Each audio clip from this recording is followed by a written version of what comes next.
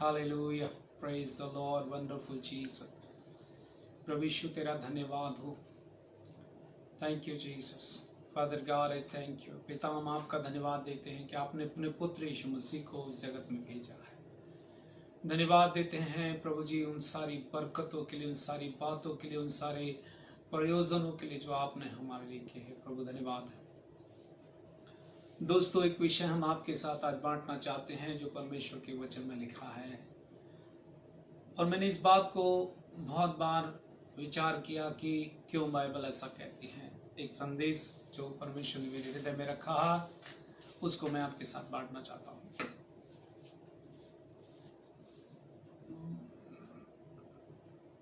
यीशु मसीह को क्यों परमेश्वर का मेमना कहा गया है? क्या कारण है कि मेमने की जरूरत पड़ी? क्या था कि जो परमेश्वर का मेमना यीशु मसीह को कहा गया? आइए मैं इस बात को जो लोगों ने कहा, सोचा, प्रचार किया, पर बाइबल क्या कहती है। यूहन्ना की किताब उसका 1 अध्याय उसका 29 पद इस प्रकार से कहता है, दूसरे दिन उसने यीशु को अपनी ओर आते हुए देखा और कहा, देखो ये परमेश्वर का मेमना है जो जगत के पाप को उठाए लिए चला जाता है। यूहन्ना बपतिस्मा देने वाला यीशु की ओर देखकर संकेत करता है, बताता है, जो उसके चारों ओर खड़े हैं उनसे कहता है, देखो ये परमेश्वर का मेमना है जो संसार के पापों को, जगत के पापों को उठा ले जाता है। क्या कारण था कि यीशु को परमेश्वर का मेमना कहा गया है? कहां पर और कैसे, किस रीति से इस बात को समझा जाए कि वो परमेश्वर का मेमना है, और मेमने का क्या काम था? क्यों उसको परमेश्वर का मेमना कहा गया है? हालेलुया। और इसको पतरस की किताब में भी, उसके पहले पतरस 1:19 में भी ये कहा गया, पर निर्दोष और निष्कलंक मेमने। यहां भी मेमना वर्ड आया दोस्तों, यहां भी मेमना वर्ड आया है। क्यों यीशु को मेमना बनना पड़ा? आइए इस आधार को हम देखें, इस बात को हम देखें कि क्यों यीशु को मेमना बनना पड़ा।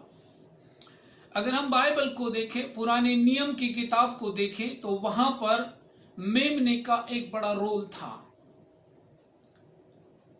बलिदान होने वाले सिस्टम में जो किसी व्यक्ति को पवित्र किया जाता था, व्यवस्था देने के पश्चात जो व्यक्ति पाप करता था उसके लिए एक व्यवस्था ठहराई गई थी कि यदि कोई व्यक्ति अपराध करे तो अपने पापों के प्रायश्चित के लिए वो एक मेमना लेकर आए।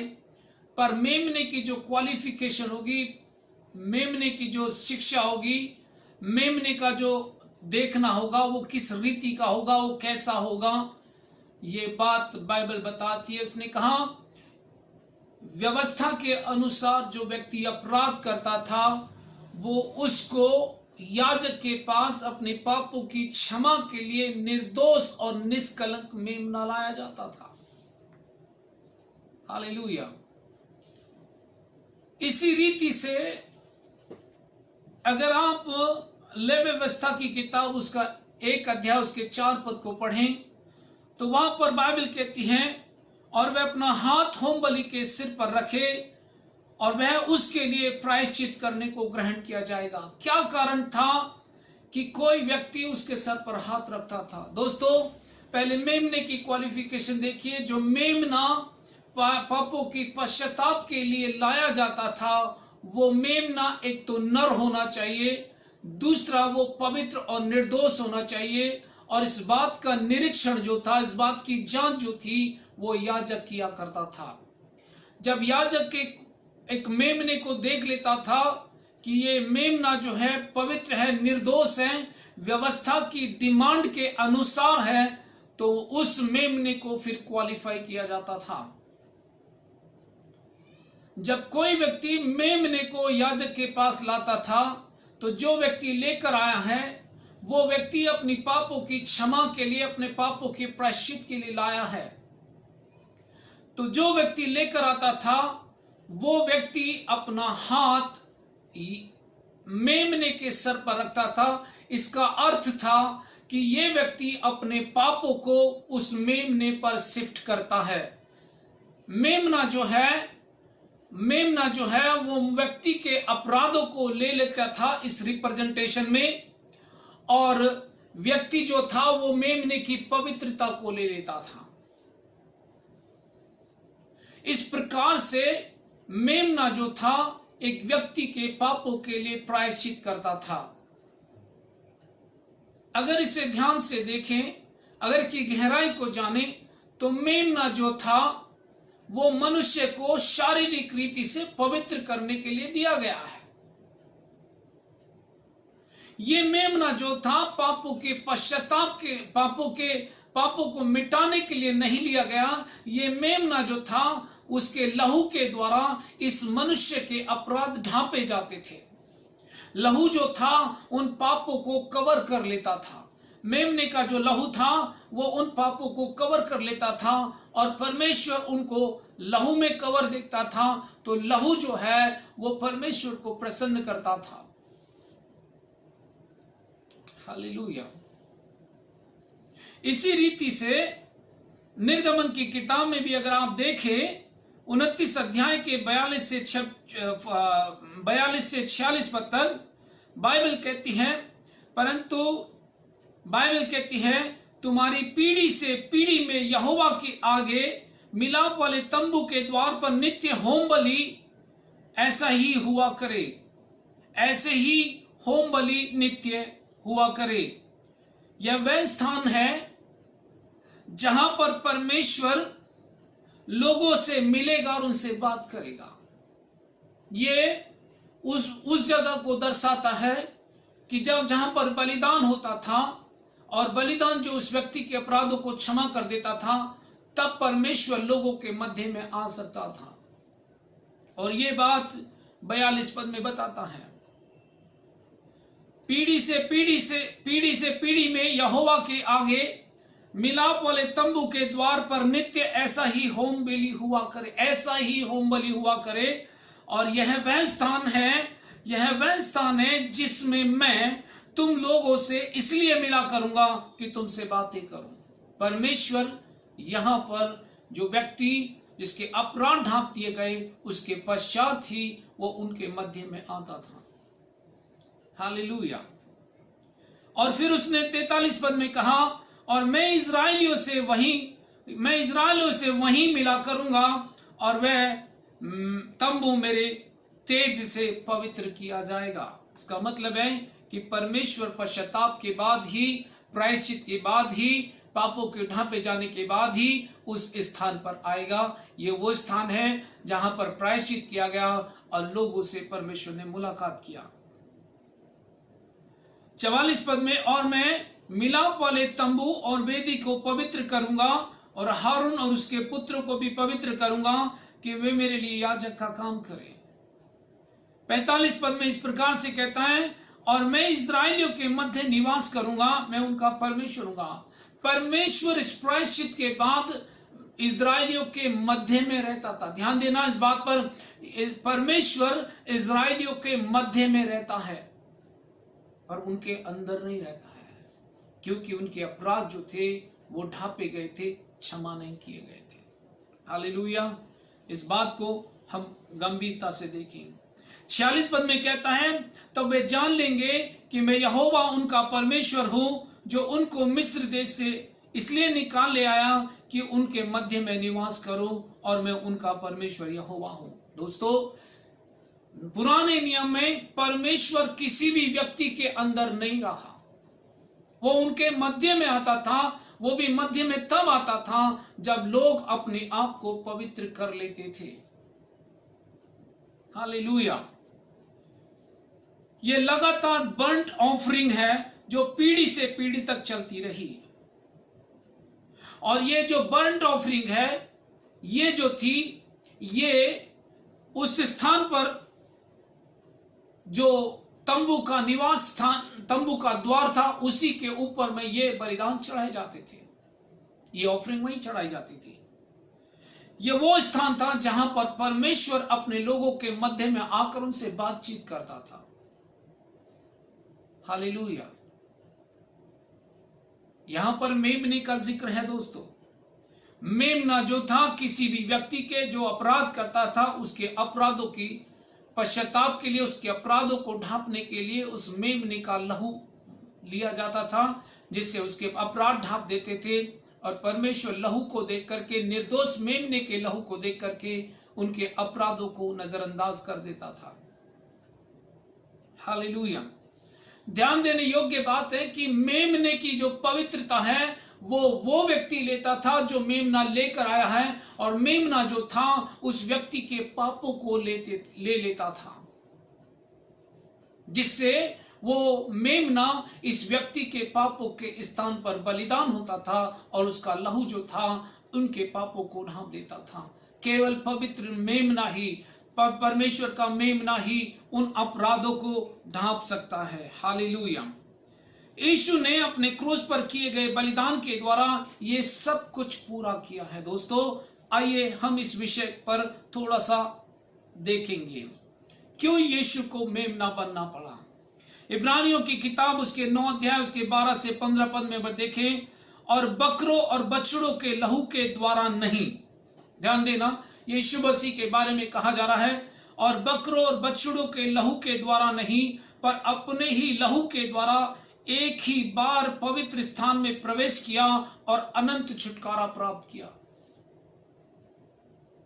क्योंकि जब बकरों और बैलों का लहू और कलोर की राख अपवित्र लोगों पर छिड़के जाने से शरीर की शुद्धता के लिए पवित्र करती थी। दोस्तों, पुराने नियम में जितने भी अपराध थे वे शारीरिक रीति से ढांपे गए, क्योंकि जो मनुष्य शरीर से अपराध करता था उसके अपराध ढांप दिए जाते थे पवित्र मेमने के लहू से। परंतु किसी के भी अपराध क्षमा नहीं किए गए, किसी को भी आंतरिक रूप से रूपांतरित नहीं किया गया, पर वे केवल बाह्य रूप से अपराधों को ढांपने के लिए आते थे। सो मसीह का लहू, जिसने अपने आप को सनातन आत्मा के द्वारा परमेश्वर के सामने निर्दोष चढ़ाया, तुम्हारे विवेक को मरे हुए कामों से क्यों न शुद्ध करेगा, ताकि तुम जीवते परमेश्वर की सेवा करो। दोस्तों, इस मेमने के लहू के द्वारा जो स्वयं परमेश्वर का मेमना है, वो हमें पूरी तरह से हमारे पापों से हमें शुद्ध करता है। और इसी कारण नई वाचा का मध्यस्थ है, ताकि उस मृत्यु के द्वारा जो पहली वाचा के समय के अपराधों से छुटकारा पाने के लिए हुई है, बुलाए हुए लोग पवित्र प्रतिज्ञा के अनुसार अनंत मिरास को प्राप्त करें। यह यीशु का लहू है जो हमारे पापों का प्रायश्चित है, और हमारे साथ मसीह में अपने संबंधों को स्थापित करना है। दोस्तों, हालेलुया, हालेलुया। यह इसलिए हुआ क्योंकि उसकी मृत्यु और उसके शारीरिक पुनरुत्थान के द्वारा हम परमेश्वर से मिल सकते हैं और उसे सुन सकते हैं। हालेलुया। अब्राहम की इस कहानी में जो उत्पत्ति 22 अध्याय उसके 1 पद से लेकर 13 पद में लिखी है, आप ध्यान दीजिए। अब्राहम की इस कहानी में उसके बेटे के बलिदान की जगह एक मेमने के बलिदान को देखते हैं, और यह यीशु मसीह के बलिदान की ओर संकेत करता है। जब परमेश्वर ने कहा, अब्राहम अपने बेटे को मोरिया पर्वत पर ले जाकर मेरे लिए बलिदान कर, तब अब्राहम ने परमेश्वर से यह प्रश्न नहीं किया कि प्रभु तूने तो मुझे एक ही बेटा दिया है, पर उसके कहे अनुसार वो मोरिया पर्वत पर गया, और बाइबल बताती है उसके पुत्र ने मध्य में से पूछा। सो इब्राहिम सब बिहान को तड़के उठा और अपने गधे पर काठी कसकर अपने 2 सेवकों और अपने पुत्र इसहाक को संग लिया, और होम बलि के लिए लकड़ी चीर ली। तब कूच करके उस स्थान की ओर चला जिसकी चर्चा परमेश्वर ने उससे की थी। तीसरे दिन अब्राहम ने आंखें उठाकर उस स्थान को दूर से देखा और अपने सेवकों से कहा, गधे के पास यहीं ठहरे रहो, यह लड़का और मैं वहां जाकर और दंडवत करके फिर तुम्हारे पास लौट आऊंगा। सो अब्राहम ने होमबलि की लकड़ी ले अपने पुत्र इसहाक पर लादी। ध्यान देना इस बात पर, 6 पद पर, सो इब्राहिम ने होमबलि की लकड़ी ले अपने पुत्र इसहाक पर लादी और आग और छुरी को अपने हाथ में लिया और दोनों दोनों साथ साथ चले। ध्यान देना, यहां पर इसहाक लकड़ी को उठा रहा है। यह यीशु मसीह को रिप्रेजेंट करता है, क्योंकि लकड़ी यीशु ने उठाई, जिस क्रूस पर वो चढ़ाया गया, वो लकड़ी वो अपनी कमर पर उठा के लिए चला गया उस स्थान की ओर जहां पर वो उसे क्रूसीफाई करना चाहते थे। इसहाक ने अपने पिता से पूछा, इसहाक ने अपने पिता से कहा, हे मेरे पिता। उसने कहा, हे मेरे पुत्र, क्या बात है? उसने कहा, देख, आग और लकड़ी तो है, पर होमबलि की भेड़ कहाँ है? होमबलि का मेमना कहाँ है? इब्राहिम ने कहा, हे मेरे पुत्र, परमेश्वर होमबलि की भेड़ का उपाय आप ही करेगा। हालेलुया। सो वो दोनों संग संग चलते गए और वे उस स्थान की ओर, वो स्थान को जिसे परमेश्वर ने उनको बताया, तब पहुंचे। तब इब्राहिम ने वहां वेदी बनाकर लकड़ी को चुन चुन कर रखा और अपने पिता इसहाक को बांध के वेदी की लकड़ी के ऊपर रख दिया। इब्राहिम ने अपने हाथ में बढ़ाकर छुरी ले लिया और ताकि अपने पुत्र को बलि करे। तब यहोवा के दूत ने स्वर्ग से पुकार कर कहा, हे इब्राहिम, हे इब्राहिम। उसने कहा, देख, मैं यहाँ हूं। उसने कहा, उस लड़के पर हाथ मत बढ़ा और न उससे कुछ कर, क्योंकि तूने मुझसे अपने पुत्र वरन अपने इकलौते पुत्र को भी नहीं रख छोड़ा। इससे मैं जान गया कि तू परमेश्वर का भय मानता है। दोस्तों ध्यान देना, परमेश्वर ने इसहाक की मांग की, लेकिन जब वो इसहाक को चढ़ाने लगा तब परमेश्वर ने एक मेमने का प्रयोजन किया। तब इब्राहिम ने आंख उठाई और क्या देखा कि उसके पीछे एक मेढ़ा और सींगों से एक झाड़ी में बजा हुआ है। सो इब्राहिम ने जाके उस मेढ़े को लिया और अपने पुत्र की संगति होम बलि करके चढ़ाया। ध्यान देना, परमेश्वर ने मेमने का प्रयोजन किया। परमेश्वर ने मेमने का प्रयोजन किया। जो लोग मेमना लाते थे वो प्रयोजन करके लाते थे, पर यहां पर परमेश्वर मेमने का प्रयोजन करता है, जो यीशु मसीह के ओर संकेत करता है। बाइबल बताती है यूहन्ना की किताब 1 अध्याय उसके 29 पद में, उसी रीति से यूहन्ना ने भी उसको कहा, यह परमेश्वर का मेमना है जो जगत के पापों को उठा लिए जाता है। आइए मैं इस बात पर आपको जोर दूं। बाइबल बताती है 1 कुरिन्थियों 3:7 में, क्योंकि हमारा भी फसह जो मसीह है बलिदान हुआ है। Praise the Lord, hallelujah. निर्गमन 12 में भी आया है, जहां पर इजराइलियों का मिस्री की गुलामी से छुटकारा हुआ। उसी रात परमेश्वर के दूत ने मिस्रियों के सभी पहलौठों को मारा, परंतु इजराइलियों को यह कहा था कि इस निर्दोष मेमने को लेकर उसे मारो और उसका लहू अपने दरवाजों और चौखटों पर लगाना, अपने लिए अखमीरी रोटी तैयार करना। मृत्यु का दूत रात को मिस्र में से होकर निकलेगा। जिन दरवाजों पर मेमने का लहू लगा होगा, उन दरवाजों को, उन घरों को वो छोड़ जाएगा। हालेलुया। वहां पर भी मेमने का लहू उनके दरवाजों पर, उनकी चौखटों पर लगा था, जिसके कारण मृत्यु का दूत जो था उन घरों के अंदर प्रवेश नहीं किया। उसी तरह से यीशु का लहू हमें सुरक्षा देता है। Praise the Lord. मैं आपको याद दिलाना चाहता हूं, ये परमेश्वर का मेमना है। ध्यान दीजिए, यीशु परमेश्वर का मेमना है, और पुराने नियम के मेमनों में और यीशु जो मेमना है उसमें क्या फर्क आता है। परमेश्वर का मेमना जो है वो जगत के पापों को उठाता है, वो पापों को ढांपता नहीं, जगत के पापों को उठाता है। इसका मतलब है कि जब पाप उठा लिए जाएंगे तो पाप वहां नहीं रहेंगे। यीशु मसीह जब क्रूस पर मारा जा रहा था, उसने सारी मानव जाति के पापों को अपने ऊपर ले लिया, उसने पापों को अपने ऊपर ले लिया और वो पाप बन गया।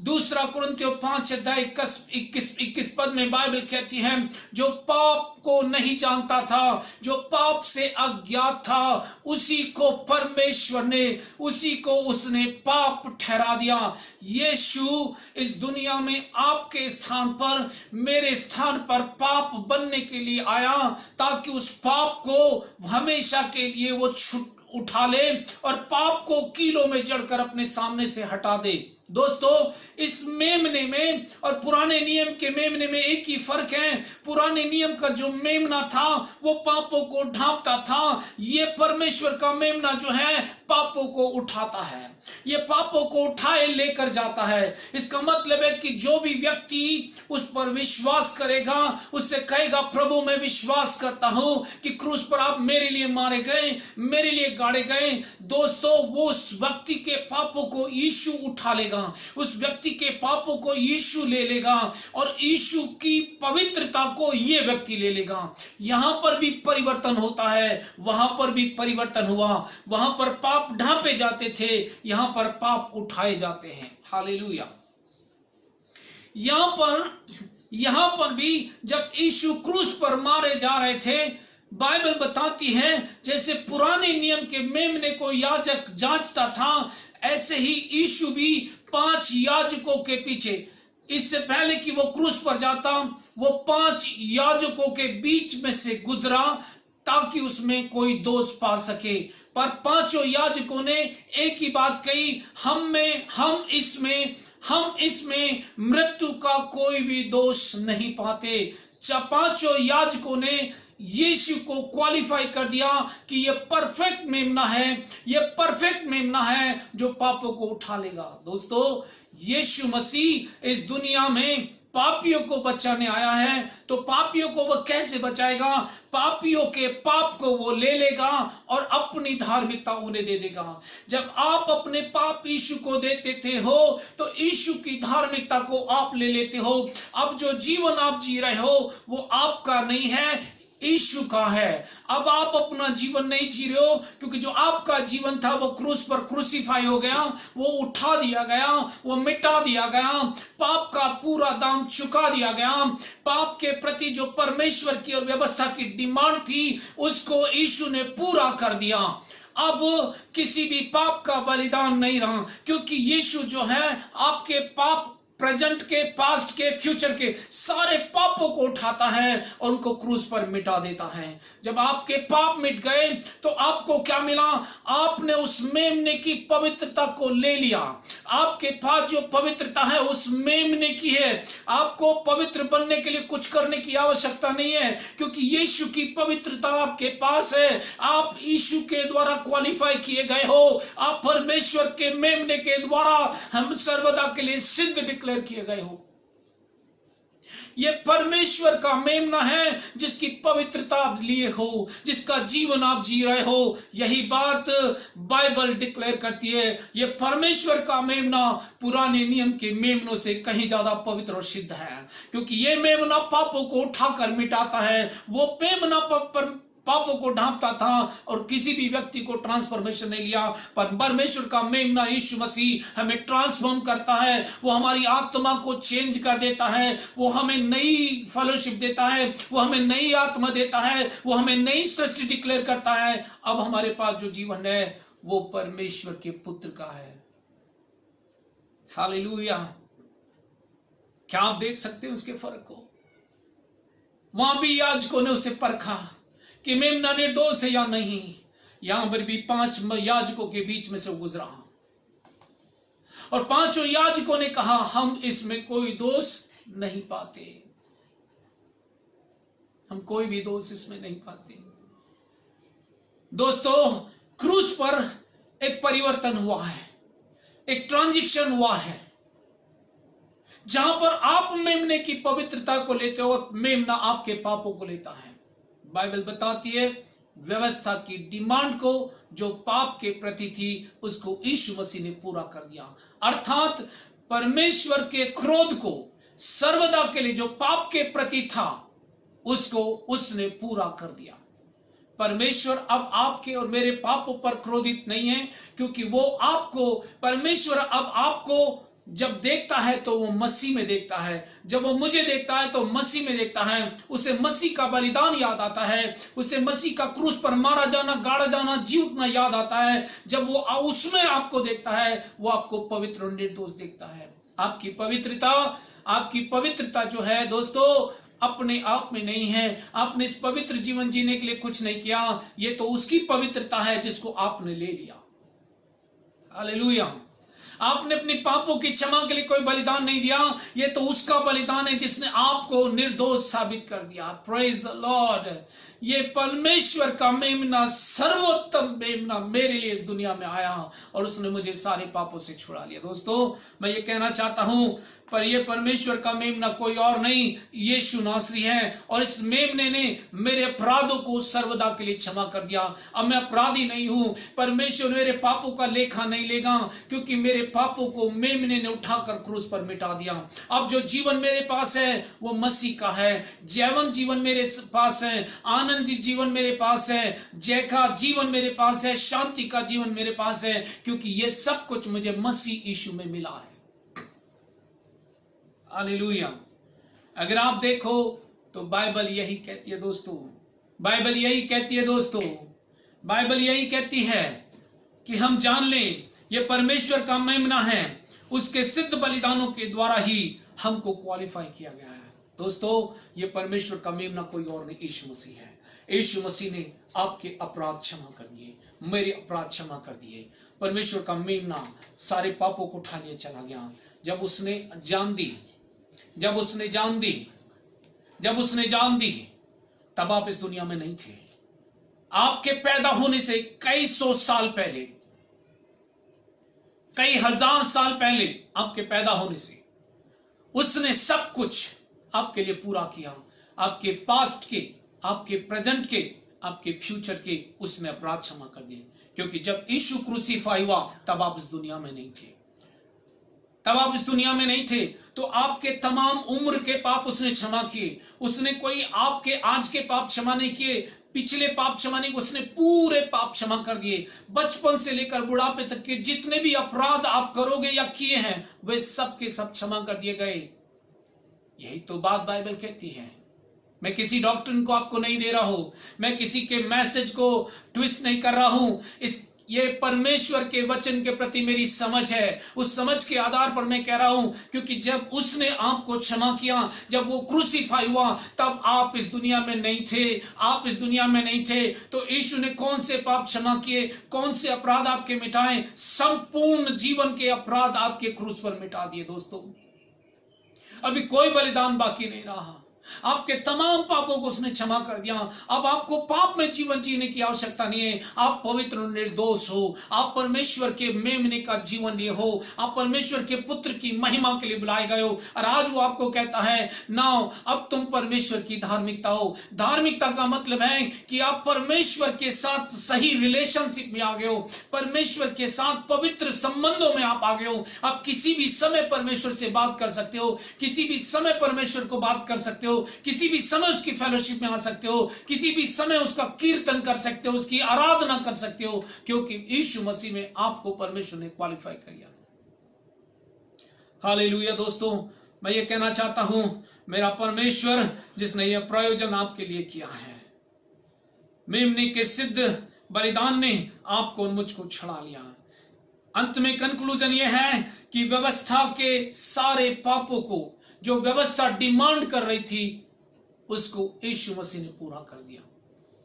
आपको पाप के दोषी विवेक में जीवन जीने की आवश्यकता नहीं है, क्योंकि उसने इस दोषी विवेक के साथ में जो पहले आदम से चला रहा था, यीशु ने क्रूस पर उठाकर उसके स्वभाव के साथ उसे मिटा दिया, ताकि मैं और आप उस विवेक में ना रहे, उस दोषी विवेक में ना रहे जो पहले आदम से चला रहा है। हालेलुया। ध्यान दीजिए मेरे दोस्तों, परमेश्वर का मेमना जिसने जगत के पापों को उठाने का मतलब है कि वो पाप फिर से वहां नहीं होंगे। यीशु ने आपके पाप उठा लिए। एक गीत मुझे याद आता है, और वो गीत इस प्रकार से कहता है, तेरे मार खाने से यीशु मैंने से पाई है, आइए इस गीत को हम सुनना चाहते हैं, इसके कुछ स्टैंजा हम सुनना चाहते हैं। देखिए परमेश्वर ने कैसा प्रयोजन किया है। Thank you Jesus, hallelujah. अंदाला कोपा शुकन बंदला बशु। तेरे मार खाने से यीशु मैंने शिफा पाई है। तेरे खून बहाने से मिली मुझको रिहाई है। तेरे मार खाने से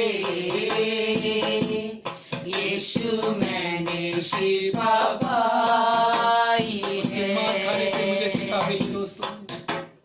तेरे खून बहाने से मिली मुझको रिहाई है।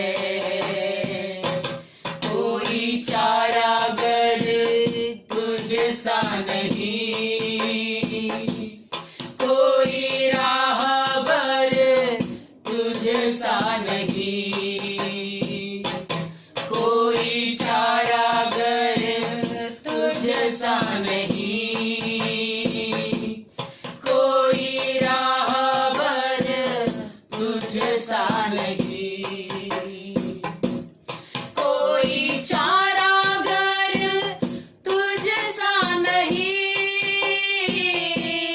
कोई राहबर तुझसा नहीं, कोई चारागर तुझसा नहीं, कोई राहबर तुझसा नहीं। तूने अपनी जान देकर मेरी जिंदगी बचाई जिंदगी को उसने है। बचाया। ओ तूने अपनी जान देकर मेरी जिंदगी बचाई है। तेरे मार खाने से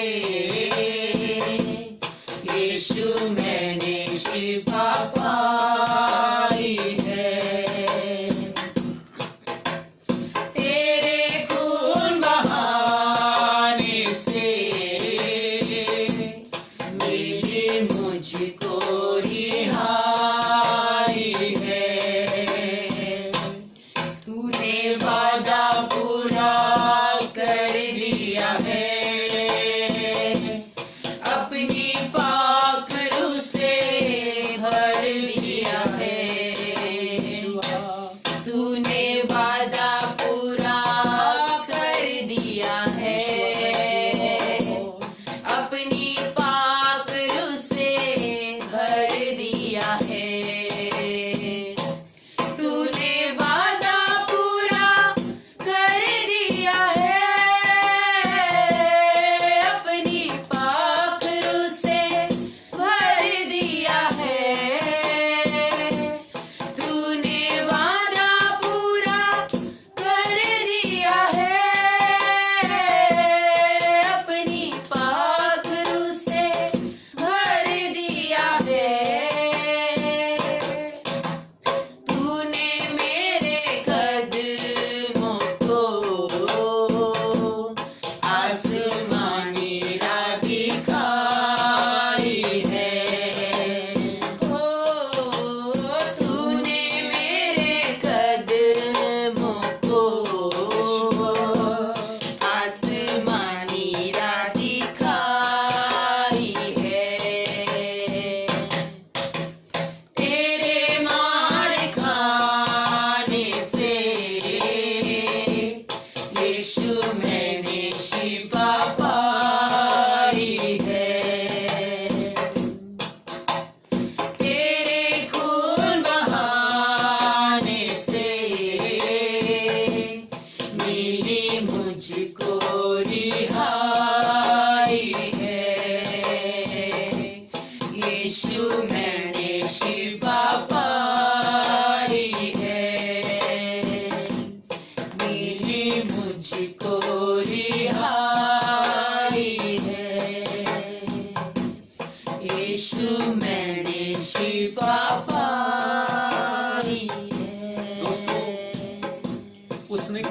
पाप नहीं उठाए, उसने आपको हील कर दिया है, आपको चंगा कर दिया है।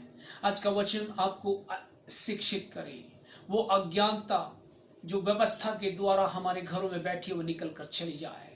यीशु के नाम से ट्रुथ आपको आजाद करे, ट्रुथ आपको सत्य तो आपको स्वतंत्र करे। ये सत्य जो आजादी लेकर आया है मुझको आपको हमारे दोषी विवेक से शुद्ध करने के लिए, हम प्रभु का धन्यवाद करते हैं आज के वचन के लिए।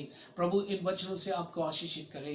परमेश्वर का वचन आपके लिए फसल लेकर आएगा, परमेश्वर का वचन आपके लिए आजादी लेकर आए, परमेश्वर का वचन आपके लिए छुटकारा लेकर आए। वो आपसे प्यार करता है दोस्तों, प्रभु यीशु मसीह आपसे प्यार करता है। परमेश्वर ने अपना प्रेम इस रीति से प्रकट किया कि सही समय पर वो अपने आप इस दुनिया में आ गया ताकि आपको प्रेम की खातिर बचा ले। धन्यवाद देते हैं परमेश्वर के इस प्रेम के लिए जिसने इस प्रायोजन को हमारे लिए किया है। सारी आदर मान महिमा गौरव जलाल हम आपको देते हैं। आज का वचन परमेश्वर की महिमा का कारण हो जाए। प्रभु में आपको आशीष मिले, यीशु के नाम से आमीन।